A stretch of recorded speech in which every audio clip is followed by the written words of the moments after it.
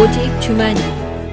하나님의 놀라운 계획에 의해 고통과 절망 속에서 삶이 변화된 크리스찬들의 감동 스토리. 그릇 되게 하소서.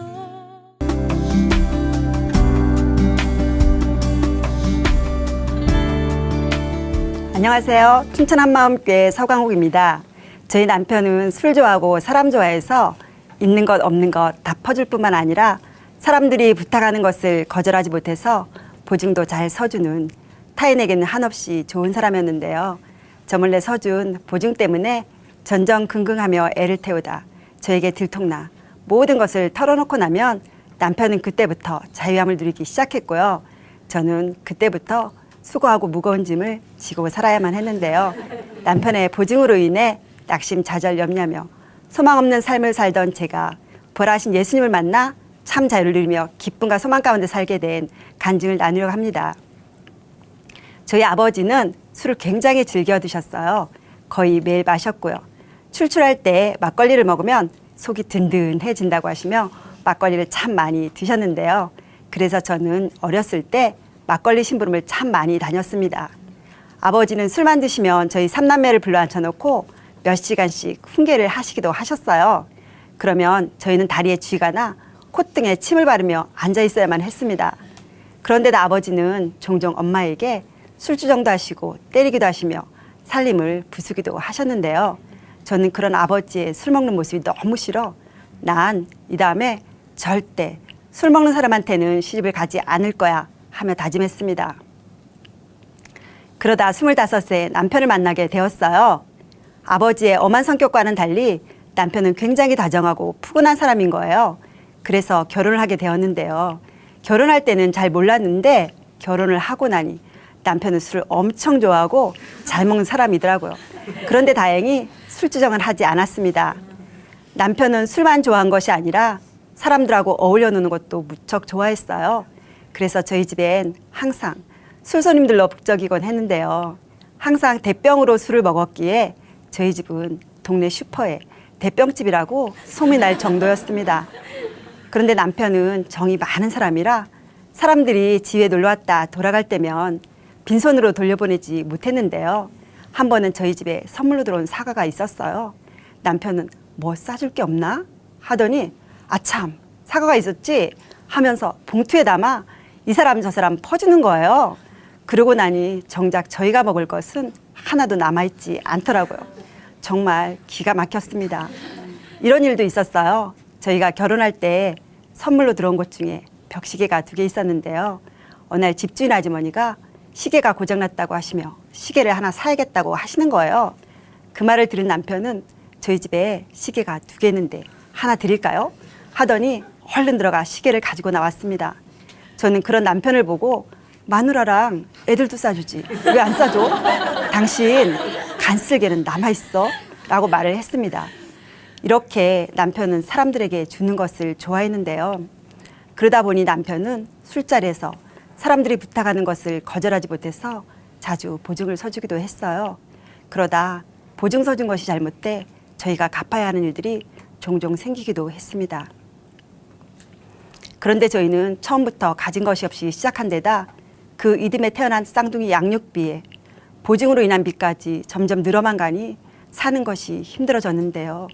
쌍둥이들 분유값을 걱정해야만 했습니다. 그러다 보니 너무 힘이 들어 어떤 때는 잠자리에 들면서 내일 아침 깨어나지 않았으면 좋겠다 라는 생각을 하기도 했고요. 어떤 때는 세월이 10년쯤 지나가 있었으면 좋겠다 라는 생각을 하기도 했습니다. 쌍둥이들이 돌이 되자 분유값이라도 아껴서 빚을 갚아야겠다고 생각했어요. 그래서 아이들이 보는 앞에서 젖병 꼭지를 잘라버렸는데요. 그런데 너무 감사하게도 아이들이 밥을 잘 먹어주더라고요. 이런 모든 일이 술자리에서 생기는 일이었기에 저는 남편에게 술 좀 줄여보라고, 술 좀 끊어보라고 했지만 남편은 모든 인간관계가 술자리에서 형성된다며 좀처럼 술을 끊지 못했는데요. 아이들이 3살 때 남편은 시내에서 조금 떨어진 시골로 발령이 났어요. 사람들을 금방 사귀는 성격 탓에 동네 사람들과 금방 친해졌는데요. 퇴근 시간만 되면 동네 사람들이 남편을 불러내는 거예요. 그러니 남편은 퇴근 후 거의 매일 동네 사람들과 어울려 새벽까지 술을 마시다 집에 들어오곤 했는데요. 한 번은 시어머니가 저희 집에 오셨어요. 아들이 술 먹고 노느라 집에 들어오지 않으니 제 눈치가 보였는지 밤새 잠을 못 주무시는 거예요. 저도 마음이 불편해 이른 새벽 빗자를 들고 나가 동네 골목을 쓸면서 도대체 이 인간이 어디서 나타나나 보자 하면서 씩씩거리며 남편을 기다렸는데요. 남편은 제 잔소리가 듣기 싫어서인지 출근 시간이 다 돼서야 어슬렁거리며 나타나더라고요. 새벽까지 이어지는 남편의 술자리와 더불어 보증서 주는 것은 계속되었는데요.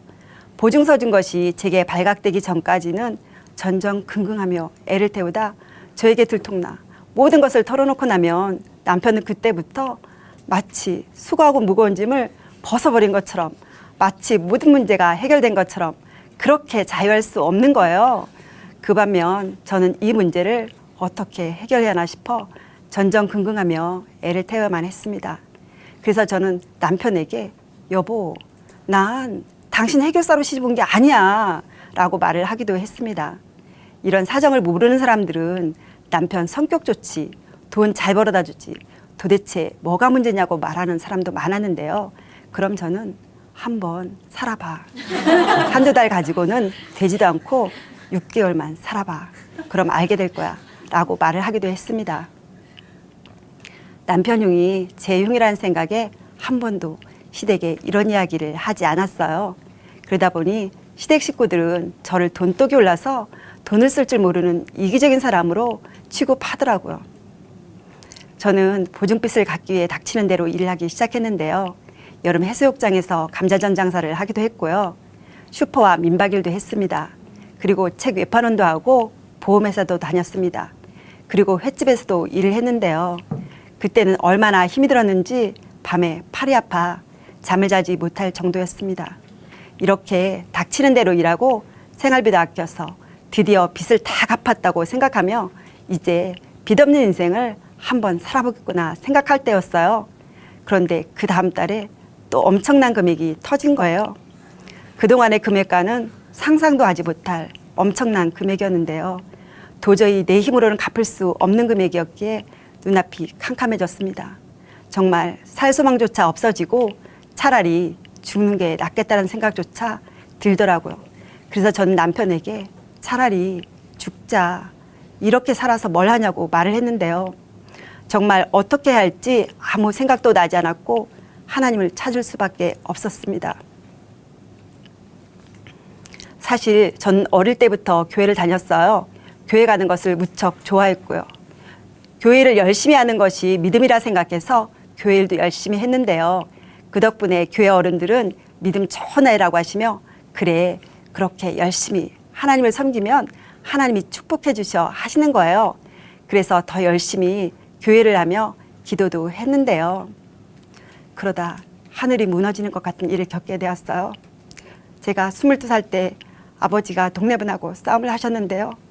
아무리 말려도 싸움이 그치지 않자 어머니는 어디선가 들고 온 약을 마시고는 쓰러지셨고 결국 치료를 받다 돌아가셨습니다. 하나님, 어떻게 저한테 이러실 수 있나요? 정말 너무하신 것 아닌가요? 이제 설령 하나님이 살아있다 해도 저는 절대 하나님을 믿지 않을 거예요. 하며 하나님을 원망했고 교회를 나가지 않았습니다. 이렇게 믿지 않겠다던, 설령 하나님이 살아있다 해도 믿지 않겠다던 하나님을 찾을 수밖에 없었습니다. 하나님 도와주세요. 살려주세요. 정말 간절히 기도하며 엎드릴 수밖에 없었습니다. 그러던 어느 날 아는 분을 따라 예배 가게 되었는데요. 바로 춘천 한마음교회 작은 교회 예배였습니다. 그리고 그곳에서 예수님의 부활에 대한 말씀을 듣게 되었고요. 그래, 알아. 나도 예수님이 죽으시고 부활한 것 아는데 그게 뭐 하는 마음으로 듣고 있었어요. 그런데 너무나 기쁘고 확신에 찬 모습으로 말씀을 전하는 자매의 모습을 보면서 뭐지? 하는 마음이 들었고 계속해서 예배에 가게 되었습니다. 그리고 기도했습니다. 하나님, 사도 바울이 다메섹에서 부활하신 예수를 만난 것처럼 저도 만나주세요. 저는 이제 한 발자국도 움직일 수 없습니다. 저를 만나주시던가 아니면 저를 데려가 주세요. 간절히 기도하게 되었습니다. 그러던 어느 날 운전을 하고 가는데 갑자기 아이들이 가지고 오는 퍼즐이 생각나는 거예요. 성경의 수많은 사건이 퍼즐 조각이 되어 맞춰지면서 예수님 얼굴이 보이는 거예요. 뭐지? 성경 전체가 예수님이라고? 하는 마음이 들면서 고린도전서 말씀이 생각났습니다. 성경대로 그리스도께서 우리 죄를 위하여 죽으시고 장사 지낸 바 되었다가 성경대로 사흘 만에 다시 살아나사 구약은 오실 메시아에 대해 신약은 성경대로 오셔서 다 이루시고 부활하신 예수님에 대한 것이라는 생각이 들었습니다. 성경의 주인공인 예수님이 선명해지면서 성경 전체가 풀어졌습니다. 그토록 하나님이 살아계신 증거를 보여달라고 기도했는데 모든 사람이 믿을 만한 증거가 바로 부활이었으며 성경책에만 기록된 사건이 아니라 역사책에도 기록된 실제 사건이라는 사실에 깜짝 놀랐습니다. 사실 오랫동안 성경 말씀을 들으며 아멘, 아멘 했어도 성경 말씀이 꼭 동화책에 나오는 이야기 같고 신화 같을 때가 많았거든요. 그런데 6.25 전쟁이 역사인 것처럼 예수님의 부활이 역사라면 더 이상 의심의 여지가 없었습니다. 그토록 흔들렸던 믿음에 종지부를 찍은 순간이었습니다. 정말 보이지 않는 모든 것이 그대로 믿어지는 순간이었는데요. 신앙생활하면서 믿음은 바라는 것들의 실상이라는 말씀이 도대체 이해가 되지 않았는데요. 예수님의 부활 사건을 통해 하나님의 살아계심도 예수님의 하나님의 아들심도 천국도 지옥도 모두 실제가 되었습니다. 어느 날 로마서 5장 8절 말씀을 암송하게 되었어요. 그런데 확증이란 말이 눈에 들어오는 거예요. 그러면서 하나님이 세상을 이처럼 사랑하사 독생자를 주셨다는 말씀이 생각나면서 하나님이 우리를 너무나 사랑하셔서 독생자 아들을 보내셨고 십자가에서 죽으시고 부활하셔서 너무나 확실한 증거로 그 사랑을 보여주셨다는 것을 알게 되었는데요. 그동안 하나님의 살아계심도 하나님의 사랑에 대해서도 확신이 없었던 이유는 바로 증거가 없이 느낌과 감정에 따라 믿었기 때문이라는 것도 알게 되었습니다. 그리고 이 모든 일들이 창세전부터 계획됐다는 것을 알게 되면서 하나님의 사랑이 얼마나 큰 사랑인지도 알게 되었습니다. 그러면서 하나님께 대한 모든 오해가 풀어졌습니다. 그런데 어느 날 목사님께서 전능자가 오셨다 가셨는데 그냥 가셨겠습니까? 확실한 증거를 주고 가신 걸 믿습니까? 생명뿐만 아니라 모든 걸 다 주고 가신 걸 믿습니까? 하시며 우리가 염려하는 것은 이분의 죽음을 무용지물로 만드는 것이라고 하시는데 마음이 무너졌습니다. 내가 믿지 않았구나. 내가 믿지 않았구나. 내가 예수님을 믿지 않았구나. 아무것도 염려하지 말고 오직 모든 일에 기도하고 간구해라 말씀하셨는데 기도는 했지만 이분을 믿지 않았기에 염려했다는 것을 알게 되었습니다. 그동안 나는 예수를 나의 주인이라고 고백하면서 나의 만족과 나의 유익을 하나님을 찾으며 하나님을 부리려 했던 악독한 자였음이 보여졌습니다. 내가 어떠한 자였는지 보여지니 통해가 되면서 그동안 예수님을 믿지 않았던 죄를 회개하고 예수님을 나의 주, 나의 하나님으로 고백하게 되었습니다. 또 모든 염려를 예수님께 맡게 되었고요. 또 나를 힘들게 한다는 생각에 남편을 죽게 대하듯 하라는 말씀에 순종하지 않고 남편을 내 멋대로 대했음도 회개하게 되었는데요. 어느 날 남편에게 여보 남편을 죽게 대하듯 하라고 하셨는데 하지 못해 죄송해요. 앞으로는 죽게 대하듯 할게요. 라고 했더니 남편은 됐어. 하던 대로 해. 하며 어색해 하더라고요. 매달 말일에 각종 공과금을 내다 보면 마이너스 되는 상황들이 보이잖아요. 그러면 돈 한 푼 써보지 못하고 갚아야 한다는 생각에 아깝다는 마음이 들면서 남편에 대한 원망의 마음들이 슬쩍슬쩍 들어오곤 했는데요. 어느 날 하나님께서 남편의 영혼을 얼마나 사랑하셨는지를 알게 해주시는 거예요. 군대 귀신 들린 사람에게서 나간 귀신이 돼지 떼기에 들어가 몰살하는 장면을 보면서 돼지 주인 참 속상하겠다, 참 아깝겠다 했거든요. 그런데 하나님께서 넌 그 잃어버린 돈이 아깝니? 나는 내 남편의 영혼을 천하보다 귀하게 여긴단다 라는 마음을 주시는 거예요. 그 다음부터는 모든 원망의 마음이 사라지고 남편의 영혼을 살려달라고 기도했습니다. 하나님께서는 기도에 응답해 주셨고 지금은 교회 주방에서 기쁘게 식당 봉사를 하고 있습니다. 이렇게 저와 남편은 환난을 통해 죽게 돌아올 수 있었는데요. 예전에 어떤 사람이 저를 위로해 주려고 환난이 축복이야 라는 말을 했을 때 제가 너무 화가 나서 당신이 당해봤어? 라고 했는데요. 지금은 환난을 통해 죽게 돌아올 수 있는 기회가 되었음에 감사합니다. 그리고 껄끄러웠던 시댁과의 관계도 회복시켜 주셨는데요. 어느 날 시어머니가 저혈당 쇼크로 쓰러진 적이 있었어요. 저는 그때 정신이 번쩍 들었습니다. 도대체 내가 그동안 무엇을 했지? 믿지 않은 집에 시집 와서 복음 한번 제대로 전해보지 못했다고 생각하니 눈앞이 캄캄해졌습니다. 하나님 살려주세요. 저희 시어머니를 살려주세요. 간절히 기도했습니다. 다행히 시어머니는 괜찮아지셨고 그 이후로 시댁에 복음의 문을 열어주셨어요. 시어머니는 제가 결혼하기 전에 자궁암 치료를 받으신 적이 있었는데요. 자궁암이 재발되어 저희 집에서 병원으로 치료를 받으러 오시게 된 거예요. 그러면서 저와 지체들에게 복음을 듣게 되었는데요. 시어머니는 자신이 아무것도 한 것이 없는데 무슨 염치로 예수를 믿겠냐고 하시는 거예요. 그래서 저는 예수님 옆에 우편 강도도 아무것도 한 것이 없어요. 예수님이 하나님의 아들이신 것을 알고 당신의 나라에 이를 때 저를 기억해달라고 한 것밖에 없어요. 그동안 알지 못해서 믿지 못했다고 용서해달라고 예수님을 내 마음의 주인으로 믿겠다고 고백하면 예수님이 어머니 마음에 들어오셔서 주인 되어 주세요. 그러면 천국에 갈 수 있어요. 우리가 천국에서 다시 만나야 하지 않겠어요? 라고 말씀드렸더니 예수를 믿지 않았던 죄를 얘기하고 예수를 마음의 주인으로 고백하게 되었습니다. 그리고 그 이듬해 아주버님도 지체를 통해 복음을 듣고 예수를 마음의 주인으로 믿으시고 천국에 가셨고요. 아주버님이 돌아가시고 나서 힘들어하시는 형님에게도 계속해서 복음을 전했는데요. 누가복음 16장 부자와 나사로 이야기를 통해 사람이 죽으면 천국과 지옥으로 가게 된다고, 그리고 그곳에서 이곳으로 다시 올 수 없다고 말씀드리며 아주버님이 계신 천국에 가야 하지 않겠냐고 말씀드렸어요. 그러면서 제사하는 것은 귀신에게 하는 것이라고 말씀드리며 형님 댁에 일 있을 때마다 가족이 함께 가서 형님 일을 도와드리며 형님의 마음이 열리기를 기도했는데요. 이번 설 명절에 형님께서 앞으로는 제사를 지내지 않겠다고 하시며 앞으로 명절에 다 함께 가족 여행이라도 가자고 말씀하시는 거예요. 너무 감사했습니다.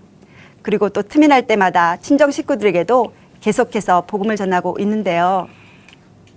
조카는 이제 제가 무슨 말만 하려고 하면 고모 또 부활 얘기 할 거죠? 라고 합니다. 그리고 또 동생 댁은 믿지 않던 사람이었는데요.